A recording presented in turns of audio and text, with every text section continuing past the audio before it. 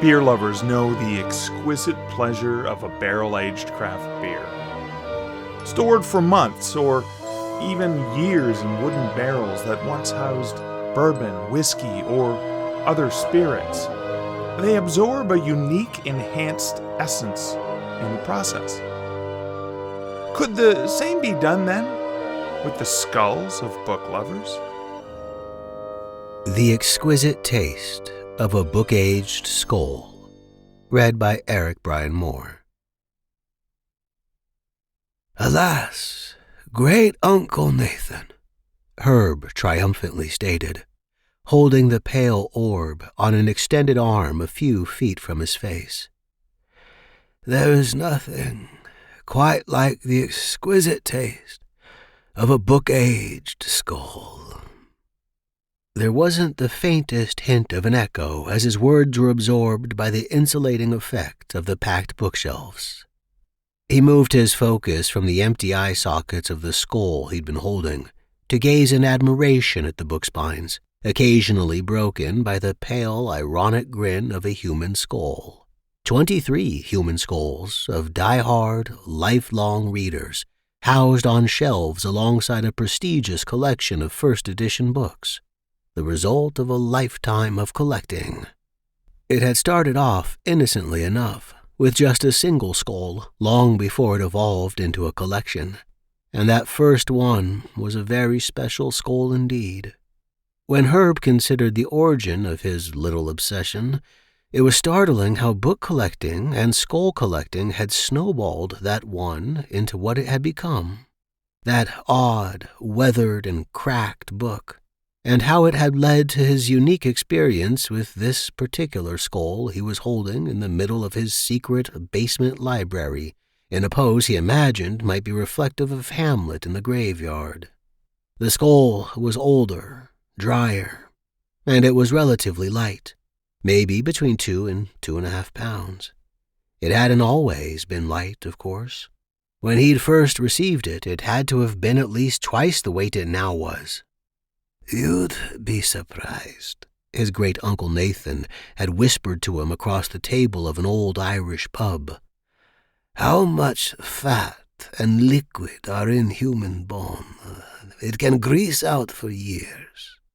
The old man had gone on to describe how skulls, as they aged, continued to dry and became lighter, which was exactly what had happened to the skull he was now holding. The skull had been a gift from that same uncle, his great-uncle Nathan. It was a strange gift from a strange man. Of course, it wasn't just the gift itself that was weird, but also the way it had been gifted to him. Uncle Nathan hadn't done anything normal. Strange seemed to be his modus operandi. This was the same uncle who had single-handedly turned Herb onto reading and a love of books in the first place, completely out of the blue. Herb hadn't been interested in reading at all, except maybe for those fightin' army comic books he had enjoyed.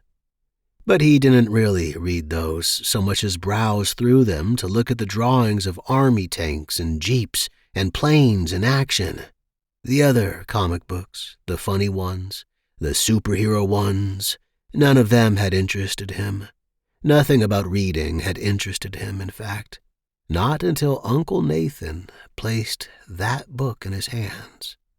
It's almost as if the book itself had had some sort of spell on him. Because the strange old man and that book hadn't just introduced Herb to the love of reading, they had ushered him into what had inevitably became a lifelong obsession. An all-consuming one that dominated Herb's professional and personal life. Well, technically the books were dominant in both his professional and personal life, and even though the two were connected, the skulls never made it over onto the professional side. At least, not as far as anyone else knew.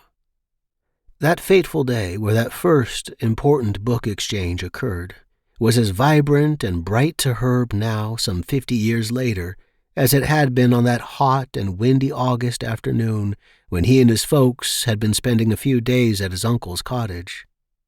"Of any of the books in my collection," Uncle Nathan had said, placing the worn and slightly tattered paperback copy of The Unending Tale by Michael Stopp into Herb's 8-year-old hands.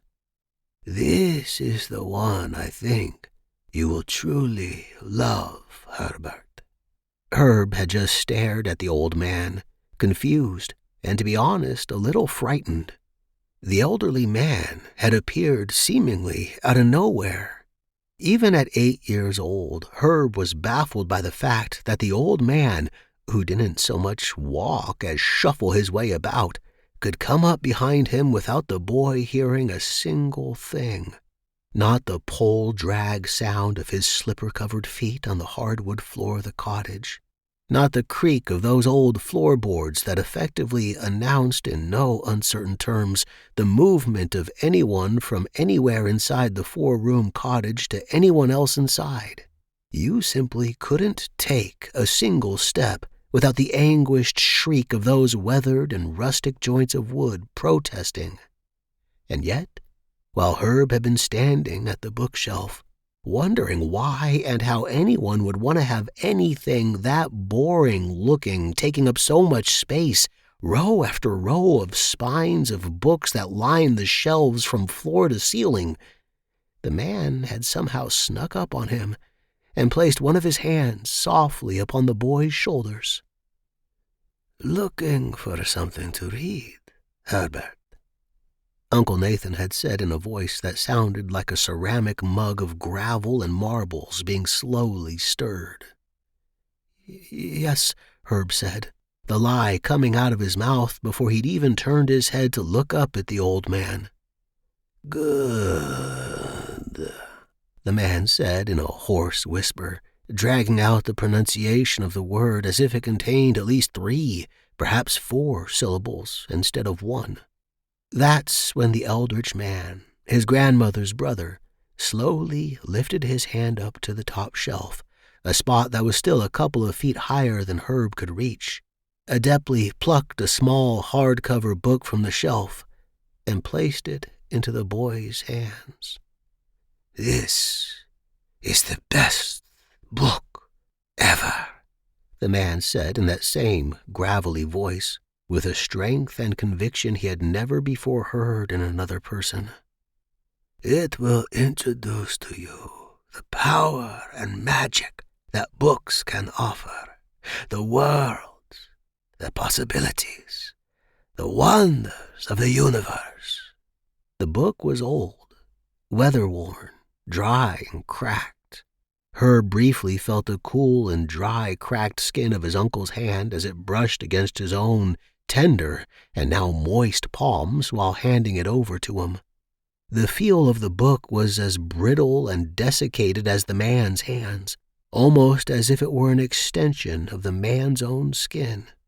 At the time, Herb had no idea how accurate that observation truly was.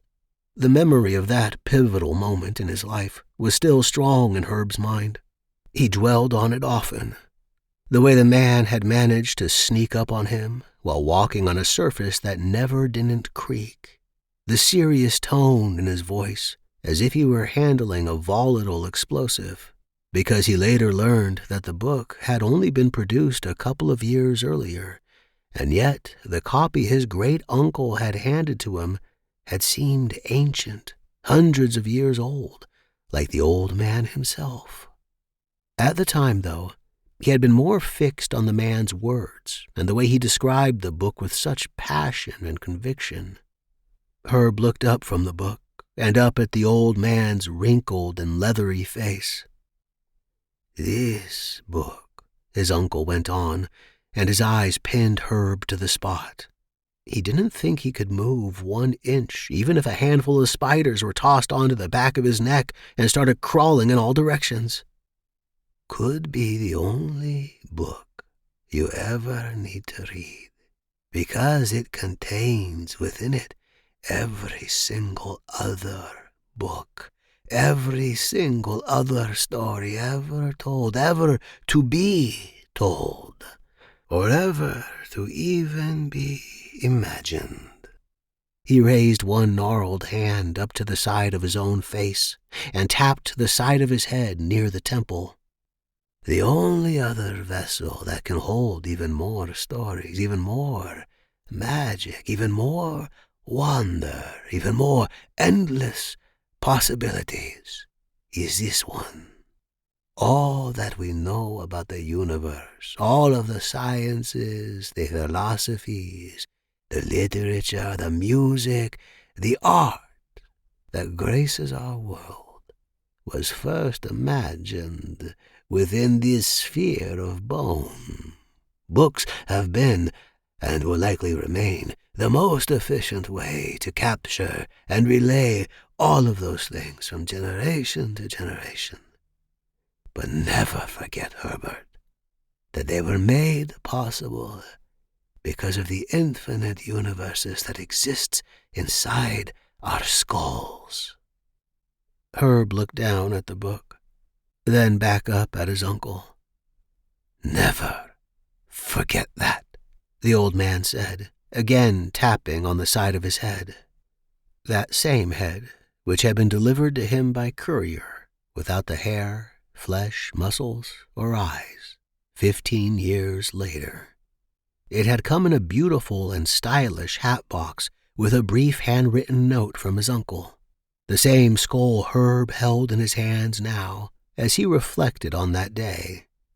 The way the man had spoken about that book, as if it were some sort of religious artifact, compelled Herb to want to immediately crack the cover and begin to read it, to see what secrets and treasures it held.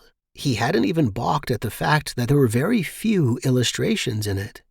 And he'd read the book in almost a single sitting. Technically, it had been 3 sittings, but to Herb it felt like a single sitting with 2 frustrating interruptions, one of them agonizingly long. He'd shuffled over to the armchair in the corner of the main cottage area and started reading the book. He stopped only when his mother called him for dinner, and immediately after excusing himself from the table, he returned to that chair and the book, and didn't stop again until the adults were turning out the lights and ushering him off to bed. Because the cottage was so small and there weren't doors to the rooms, he hadn't been able to sneak off to get the flashlight to read the book.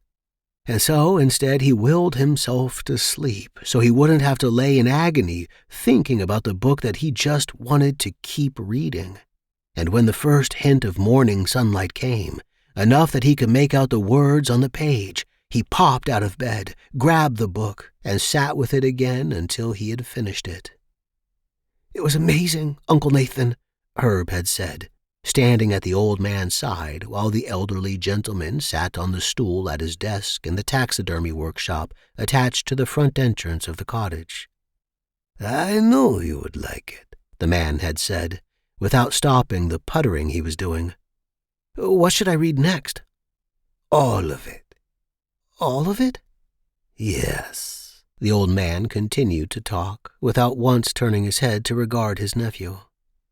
"Now that you've had a taste of what a book can truly be, or the magic and all the possibilities that a single book can possess, you have unlocked the potential to see the greatness of any book, no matter who has written it, no matter what it is about." "Any book?" "Any book. All the books. Fill your head with as many books as you can in your lifetime. Absorb them all, regardless of the content, and the secrets of the universe will be yours." And that was how it began. Herb's love of reading was something he carried all through school and his career. His parents were astonished to see his grades dramatically improve when he had returned to school less than a month after Uncle Nathan had implanted this love of reading and books into the child, and his grades kept getting better the more he worked at increasing his reading. He ended up progressing so quickly that he skipped a grade. "You are expanding your mind." The static of the phone line lent Uncle Nathan's gravelly and hoarse old man voice an additional eeriness to it. Herb stood in the kitchen, the phone held to his ear in one hand, his other hand clutching the curly phone cord, all while leaning forward as if that would help him hear his uncle's words more clearly. With every single book, you are increasing your brain's capacity, not just for knowledge and imagination, but for empathy, for compassion. Books make you a better, more well-rounded person, Herbert. Go forth and read. Fill that skull of yours. Herb could picture the man tapping at the side of his head as he continued. Fill this glorious vessel with as many of the books as you can, young man. And Herb had done so. But he not only read more books, he kept reporting to his uncle how he was progressing. Though he only saw the old man on average about 3 times a year, during Christmas, at Easter, and during the summer break, whenever Herb and his parents visited Uncle Nathan's cottage, they spoke on the phone and wrote one another regularly. Most of the talk between the two was about the greatness of books and the greatness of the human mind, the imagination, the untapped potential that only books properly unlocked. Herb read every book he could get his hands on. He dedicated his life to books. He started working at an independently owned bookstore when he was still in high school and continued to work there all through college, where he studied, aptly enough, English literature. He had already read most of the works they were studying in the class, so he used that time to devour other books from the same authors or the same time periods. By the time he had graduated college, he was the assistant manager of the store. And the day Uncle Nathan had taken the long train ride into the city where Herb worked to visit him at the store had been one of the proudest moments of Herb's life. But it had also been a bit unnerving, too. The old man had looked far more decrepit, weathered, and ancient than Herb's earliest recollection of the man. When Uncle Nathan had shuffled in through the front door of the bookstore, Herb had 2 rapid-fire thoughts on his short walk to greet him. One, that he looked almost like a zombie, except for the life still evident in the man's eyes as he gazed around the shop, not yet having spotted Herb. 2, that perhaps the man already had died a few hours, a few days, or even a few weeks ago, but the message about that termination hadn't quite made it all the way to the man's brain. "Uncle Nathan," Herb said as he approached the man. Herbert, my boy, so good to see you." The voice sounded like it was pushing up through the loose gravel recently tossed onto a fresh grave. "Look at this marvelous place you work. So much hope, so much wonder, so much marvel in a place like this." "I couldn't agree more." It was Cicero who said that a room without books is like a body without a soul. Herb nodded. "What, then," the old man asked, "is a head without books?" Herb didn't get a chance to answer. He had been called via the store's intercom to the cash desk to key in a manager code override. He excused himself to go attend to the need, but when he returned less than 3 minutes later, he could have sworn that his uncle, who had moved deeper into the store and was carousing the shelves, was standing straighter and at least 1/4 of a foot taller. He was moving a bit more quickly now, too. And there was a much richer brightness in his eyes as well as a warm hue to his face that hadn't been present when he'd first walked in. He looked more alive, more vibrant. Herb wondered if it might have been a trick of the light, but then the man said something under his breath that drove the realization of the transformation home. "So many books I haven't yet consumed." And he paused, tilting his head up like a dog sniffing the air. "Oh, yes, I can sense them calling to me." Being in the presence of new books to read was like a sort of nourishment to the man's very essence. Later that same day, his eyes still bright and frisky, Uncle Nathan had explained a theory he had been working on over dinner at Anderson's pub. "It's like this bourbon barrel-aged stout," he'd said, holding the glass filled with dark, thick liquid in front of his face. "This uniquely rich and delicious drink is created because of the transmission of flavor between the liquid and the vessel that holds it. At first, the bourbon itself soaks flavor in from the various chemical compounds present in the wood. These are the lactones, which provide floral elements, the phenolic aldehydes, which create vanilla, and the simple sugars, which make a caramel taste. But then, those same barrels, which help to remove the harshness of the alcohol while adding a unique essence to the aging bourbon, are used by beer breweries. And when they age a beer in the barrel, the flavor that was produced within the barrels is absorbed and part of the barrels themselves. And that essence is what infuses itself into the beer, creating this unique taste." He tilted the glass to his lips and took a long, slow drink. Delicious. Now, you see, the human skull is like the wood of these oak barrels. Bones absorb liquids. And as you well know, books are flowing with knowledge, inspiration, imagination, wonder.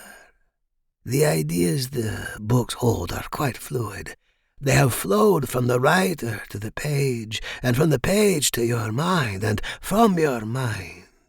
Those same elements are absorbed by the bone that contains the brain. Our heads are like those aged bourbon barrels. So, imagine if we could be similarly infused with knowledge, the way that beer can be infused with the flavors from the bourbon they had once stored. The theory had come back to Herb in a flash not 2 years later as he had stood holding Uncle Nathan's skull after pulling it out of the hat box it had been shipped in and reading the handwritten note in his uncle's hand that had been enclosed with it. "Take this skull and drink from it. This is my lifetime of reading and knowledge, which has been given unto you." That's all the note said. No other explanation. But Herb had known. Later that night, he had taken the skull out, retrieved that weathered old copy of The Unending Tale, and sat with those 2 items and a bottle of bourbon. He poured a little bit of the whiskey into the skull, held upside down like a bowl, and let it sit there for several minutes before sipping it. He hadn't felt anything other than the bite of the liquor. But when he woke the next morning, he felt more vibrant, more alive, and with a head filled with stories, ideas, and thoughts he couldn't recall having had before, almost as if he had absorbed or imbibed something from the very marrow of his dead uncle's skull. It had been like that life-altering experience of first discovering that classic young adult novel by Michael Stopp. So he continued the ritual. Nightly, he alternated between trying different whiskeys, various stouts, as well as letting the liquor sit in the skull more than just a few minutes. The experience was on par with his introduction to the wonders of books and reading, and he continued to do both. He would sip from the skull every night while enjoying reading some new book he had never experienced before. The illumination was exponential. After a few months, however, the effect lessened. He tried using stronger forms of alcohol, letting the drink sit in the skull for several days, but over time, the resulting high was muted. His uncle's brain was drying out, in all senses of that word. Herb had already absorbed all of what he could from it, but he knew what he had to do. Find another skull from a die-hard reader who was invested in and passionate about books, a book lover who couldn't get enough, someone like his Uncle Nathan whose very skull would be like those bourbon barrels, ripe with the knowledge and experience and wonder of the books the brain it had housed had consumed. A skull that had absorbed the very essence of that knowledge and reading. It took him 4 months to navigate his way to finding an appropriate skull to fulfill his needs. It hadn't been easy, but he'd been managing a small antiquarian offshoot of his regular bookshop for well over a year by that point, and had been accustomed to hardcore and in-depth research and scouring hard-to-find material for his high-end book-collecting clients. Sourcing black market skulls of deceased scholars wasn't all that much different, except for the legalities and cost, of course. The effect of the first skull he had managed to get his hands on wasn't nearly as effective as his uncle's skull had been. Neither had the second one he had acquired in that manner. Both skulls had been from exceptionally well-read scholars and academics, older folks who had dedicated their lives to reading and books and knowledge. But their skulls hadn't been fresh enough. They had been too dried out. There wasn't much flavor of knowledge left in them for Herb to absorb. It had been like trying to read the faded words of an old text that had been bleached by too much exposure to sunlight. There wasn't much of a choice if he wanted to reach the same high, transcend the same places he had with Uncle Nathan's skull, because his skull had been just a few weeks old by the time it had arrived at Herb's. Herb had chosen an elderly person, a retired librarian, someone not only already close to the end of their life, but who had been diagnosed with cancer and given a slim chance of surviving. He saw it as a perfect opportunity, a mercy killing to help prevent the man from suffering, combined with a fresh sharing of the knowledge-infused skull. Drinking from this skull, just days fresh from the kill, was like some next-level drug. Despite this particular librarian's reading being nowhere near the same as Uncle Nathan's, the freshness of the juices that flowed from his skull more than made up for it. Like any addiction, although to be honest, this was not like any other addiction. It was an awakening of the spirit, of the soul, of the mind, like nothing Herb had guessed anyone could properly understand. He couldn't stop himself if he tried. He just needed more, constantly. He was careful, though, and allowed for long intervals between fresh acquisitions. He fancied himself like a master brewer, being patient, or at least as patient as he could be, considering the depths and lows when he wasn't able to absorb from a reader's skull, and trying to bide his time between kills. He was also careful to space out the fresh kills with skulls acquired through legal and illegal channels. It was like spacing out drinking 2 different finely and perfectly aged craft beers with a Coors or Miller Lite. Having the latter two satisfied the basic impulse to consume a beer. But the levity was mild and short-lived compared to a beer created with compassion and craftsmanship. As the years and decades passed, his collection grew. His secret library of first editions and reader skulls would have been the envy of anyone with the wherewithal to properly understand the depths and breadths of such an accomplished collection. He stood with his Uncle Nathan's skull in his hand, while regarding the shelves before him. "And this, also," he said, quoting the first line of dialogue from an old Conrad novel, "has been one of the dark places of the earth." Gently placing his uncle's skull back on the shelf beside that copy of The Unending Tale, he realized that was the issue. Nobody would properly understand, at least not until he was able to infuse the same wonder, wisdom, and awokeness to his own protege the way his uncle had in him. As he lifted his hand off his uncle's skull and looked at it, he realized that his own leathered, dried, and cracked old man's hands were the same as Uncle Nathan's had been that fateful August afternoon. It was time.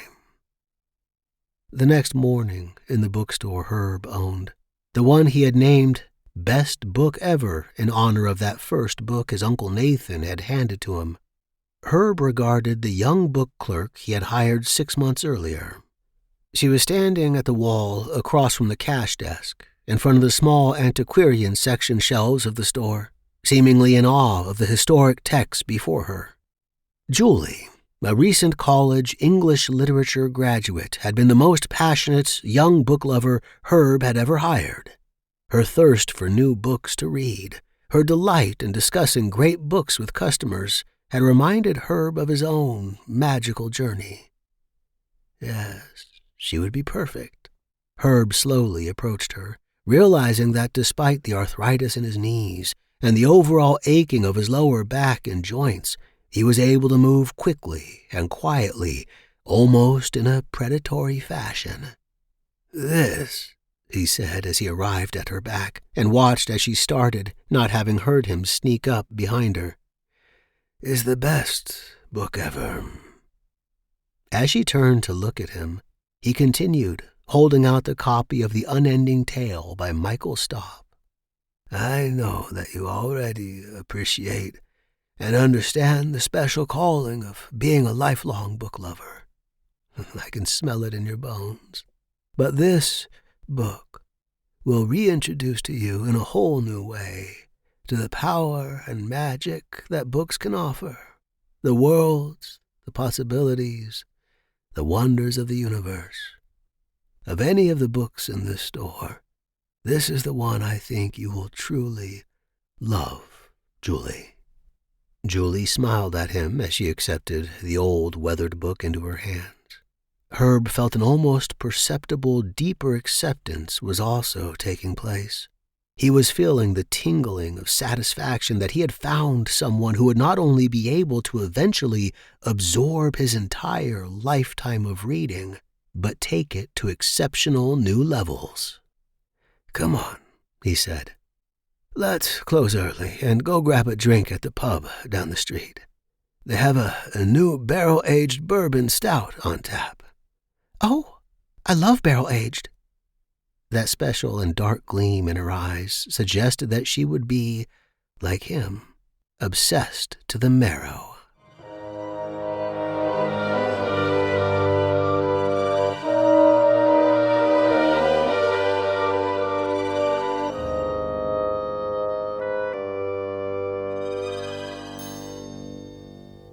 The stories behind the screams. The Exquisite Taste of a Book-Aged Skull, first published in The Rebel Diaries, edited by Sasha Black, Atlas Black Publishing, March 2022. This story is new to the 2024 edition of One Hand Screaming. I wrote this story in response to a prompt from Dean Wesley Smith when I was taking one of his WMG Publishing online workshops. It was a horror writing workshop, and though I'd been writing horror for decades and hadn't taken a class on writing since the 1990s, I thought it might be fun to relearn, particularly from a master. After all, Dean and his wife Christine Catherine Rush were the editors of Pulp House magazine, one of those prestigious markets that accepted horror back in the 80s, in which I aspired to one day sell a story to. A comment Dean made on one of my assignments in this virtual class was his surprise that, given the massive skull collection visible in my office, you can see half a dozen of the more than 20 skulls on my bookshelves during Zoom chats, I had not yet written a story about a skull collector. So, for the next assignment, I decided to write him such a story. I was musing on the way that certain beers were barrel-aged in various wooden casks in order to absorb their distinct flavor, and I pondered what sort of essence the inside of a skull might hold, and if it could be similarly lifted. I had also recently listened to Season 1, Episode 21, October 19, 2020, of my friend Julie Strauss's Best Book Ever podcast, in which she was interviewing author and mutual friend Nathan Van Coops. Nathan had expressed why he loved The Never-Ending Story by Michael Ende. That episode inspired me. In particular, Nathan's passion for that book. Always interested in offering a nod to friends, I ended up incorporating their names into the story. Nathan became Great Uncle Nathan. I readjusted the title of the beloved classic to The Unending Tale by Michael Stopp, had a bookstore called Best Book Ever, and introduced Julie as a bright young bookseller intern. It was a really fun tale to write. Dean got a kick out of it. And then, 6 months later, Sasha Black of the Rebel Author podcast put out a submission call for the Rebel Diaries. I sent her the story. Funny story here, and perhaps this illustrates how imposter syndrome never goes away, no matter how many stories and books you've sold over the years. I sent Sasha that story, but didn't hear back for what felt like the longest time after the submission period had ended. I'd convinced myself that Sasha hated my story and was worried about hurting my feelings and was delaying getting back to me. I ended up going to a dark place, feeling like I had let her down. The reality is that she, and I quote, absolutely loved my story. She was just delayed in actually getting through all the submissions. But Sasha enjoyed the story, the characters, the addiction, and in particular all of the skulls. She said it was brilliant. The lesson here for writers is that if you're just starting and have confidence issues, just know that no matter how long you're writing and successfully publishing, the struggle with self-confidence might never go away. And I suppose the lesson for readers is, no matter how big a name your favorite author is, yes, even the Stephen Kings of the world, they too are not immune to the clutches of that imposter syndrome. So, a positive review or word of praise will still likely go a long way in helping curb that. And yes, wink wink, nudge nudge, hint hint, grin grin, I'm talking to you, dear reader. If you enjoyed this book, please, please, please leave a review. Say no more.